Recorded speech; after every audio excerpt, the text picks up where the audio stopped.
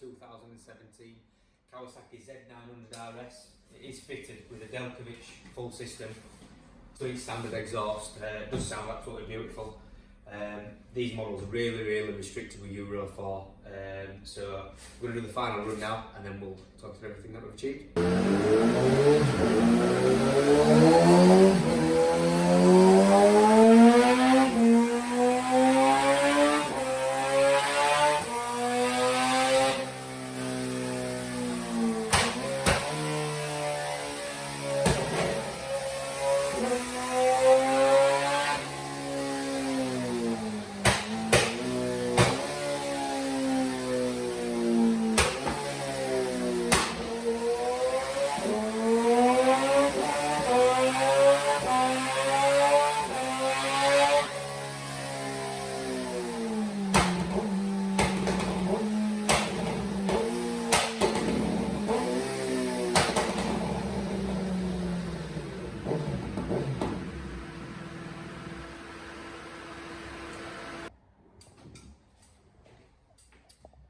Right, so this afternoon we did the base run at 104, which is the blue line, as you can see.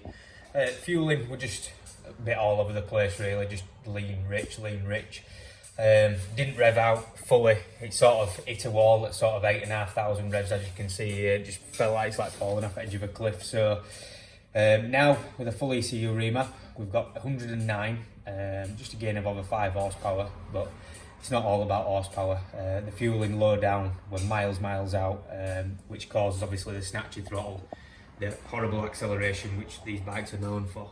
But so we've sorted all that out, and yeah, we've took all the Euro 4 restrictions off, and you can see now it now revs to 9,800, what it should do, and it's gained sort of 22 brake horsepower at that top end, so it should run sweet as a nut. So yeah, if you want yours doing, please give us a call.